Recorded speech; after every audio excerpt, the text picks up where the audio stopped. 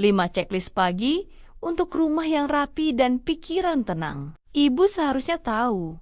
Sebelum video ini lanjut, jangan lupa klik tombol subscribe, share, dan like ya. Makasih. Dan kita lanjut sekarang. Halo ibu-ibu semua. Semoga ibu-ibu semua sehat selalu dan bahagia terus ya. Jujur deh, siapa yang pagi-pagi matanya belum melek sempurna, tapi tangannya sudah gerilya nyari daster paling layak pakai buat tempur di dapur. Sementara pikiran sudah lari kemana-mana, mikirin cucian yang menumpuk setinggi gunung Semeru. Fenomena pagi huru-hara ini makin nyata sejak tren rumah estetik di media sosial bikin kita merasa gagal jadi ibu kalau ruang tamu masih berantakan. Apalagi menurut artikel dari Psychology Today, kalau lingkungan yang kacau itu bisa bikin hormon stres, kortisol kita naik drastis, yang ujung-ujungnya bikin kita jadi harimau sebelum jam makan siang. Makanya penting banget buat kita punya pegangan hidup berupa 5 checklist pagi supaya rumah tidak mirip kapal pecah, dan kewarasan kita tetap terjaga di tengah gempuran status WhatsApp tetangga yang pamer bekal anak ala bento bintang 5. Kita mulai dari langkah pertama yang paling sakral, yaitu ritual beresin tempat tidur segera setelah kaki menyentuh lantai, karena percaya deh, Bun, kalau kasur sudah rapi itu rasanya beban hidup berkurang 10% dan kita tidak bakal tergoda buat menyelam lagi ke bawah selimut saat melihat daster kucel yang memanggil-manggil. Bayangkan saja, kalau kasur masih berantakan terus kita lewat mau ambil handuk, yang ada malah pikiran ikutan semrawut seperti kabel earphone yang kelamaan ditaruh di kantong celana. Lanjut ke poin kedua yang sering jadi sumber drama internasional di rumah, yaitu urusan piring kotor yang kalau didiamkan bisa beranak pinak lebih cepat dari grup WhatsApp keluarga yang isinya berita hoaks semua. Prinsipnya satu saja, yaitu jangan kasih celah wastafel kosong buat ditempeli 1 sendok pun.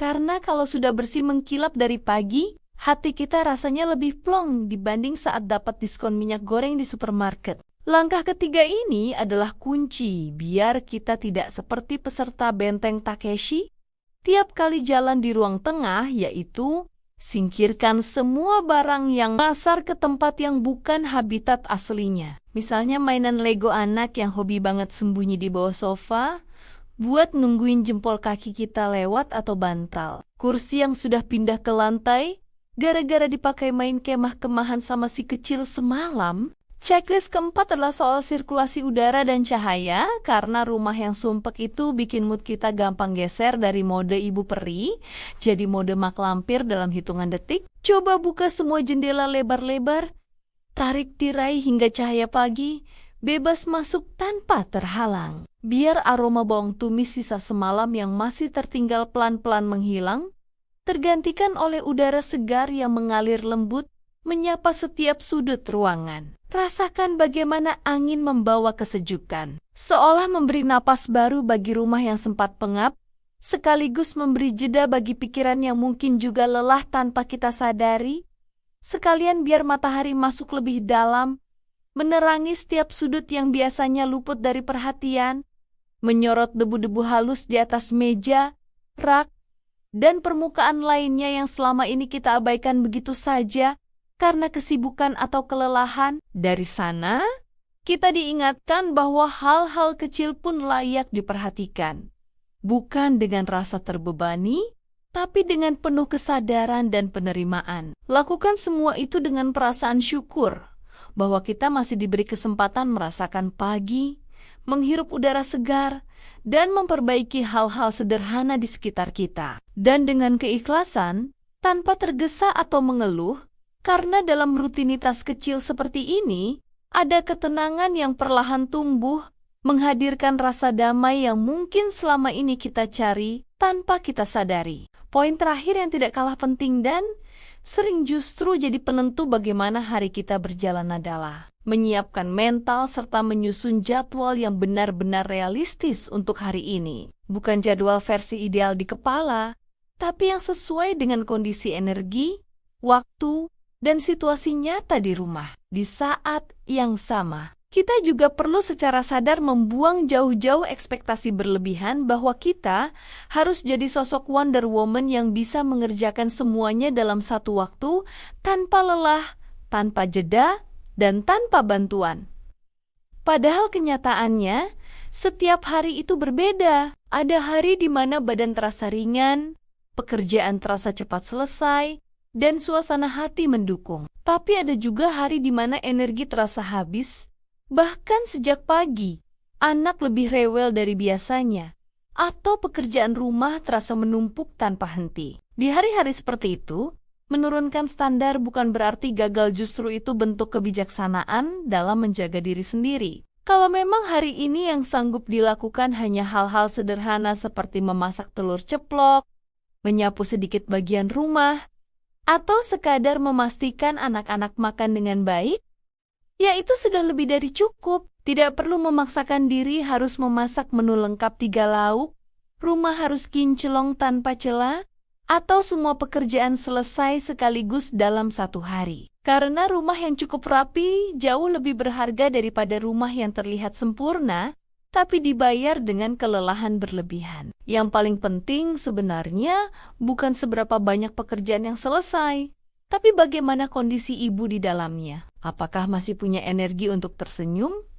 Apakah masih bisa menikmati momen kecil bersama keluarga?